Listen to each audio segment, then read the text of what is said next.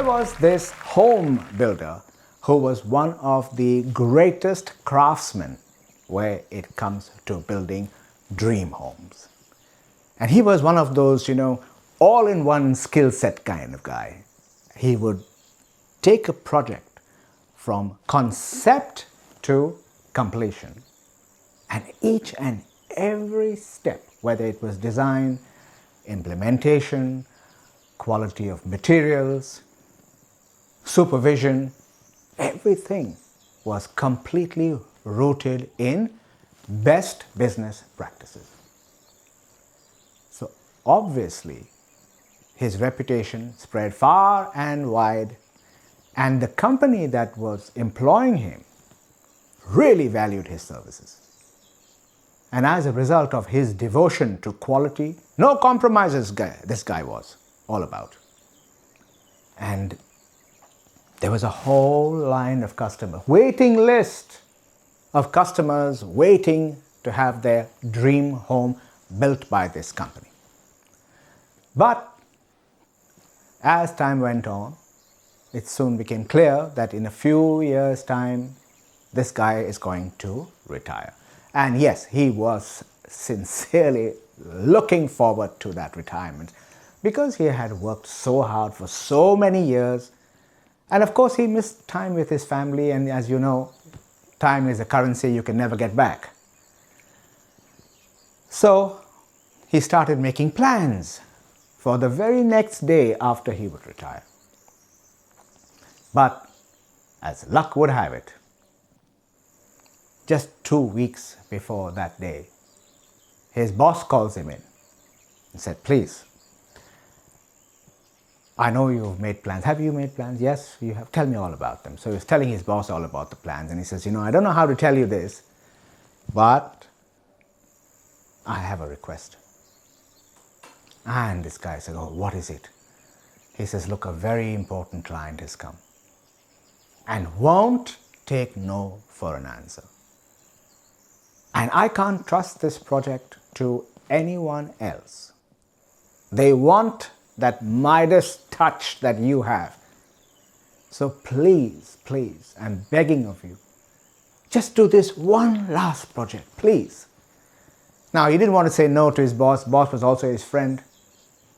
But yes, he had already made plans. So he said, "Okay, let me see what I can do, make some rearrangements." He did that. But he didn't like this at all.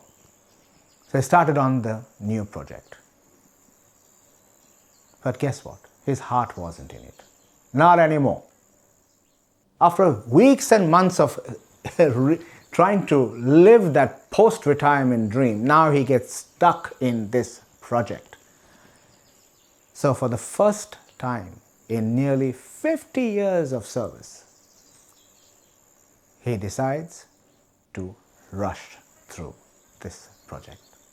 Compromise, cut corners, finish this project as soon as possible. And yes, a project that usually would take 9 months, he managed to get done in 4 months. But yes, he has compromised on everything. He got substandard material, he rushed the craftsmanship up, he irritated the workers who, by extension, didn't do a proper job. He got material far cheaper than what he usually spends.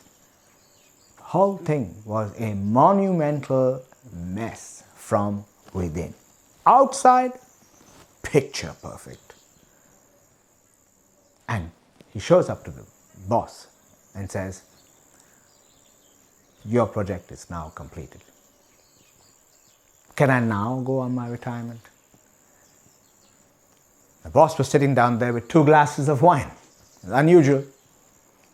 He says, "Sit down, have that glass of wine. I've got to tell you something." He says, "You've been with me for more than 50 years. And you've done so much for this company, single-handedly. No other employee has been so good. And my wife and myself were really struggling to think about what we could possibly give you as a heartfelt thank you for these years of your life that you have devoted to this company. And then we hit upon this idea. We thought, okay, why don't we allow you to build a home for yourself? And then he pushes the keys back. He says, this is your house. Thank you. Enjoy your retirement. What's the moral of the story? You never know who you are really doing a job for. That job that you rush through, that stepfather treatment you dish out to your customers sometimes, very often you could be doing that harm to yourself. Now, had that home builder thought another way, wow, this is my swan song. This is my opportunity, not just to build a building, but to build an icon, a symbol of the masterpiece of masterpieces. That's what he would have got as a retirement gift. But now what does he have? A symbol of compromise and a whole list of headaches that are going to come out of that building that he built because he thought he was building it for somebody else. So remember this in your corporate life. When you touch howsoever small that job may be, make sure that that job becomes an endorsement of your capabilities. It has to show that wow factor. This is your real resume, not what you write on paper or you get ChatGPT to churn out. No, it is what you do. You are only as good as your last job. Or some people would say you're only as good as your next job. So remember this always. Quality, integrity, honesty before all else.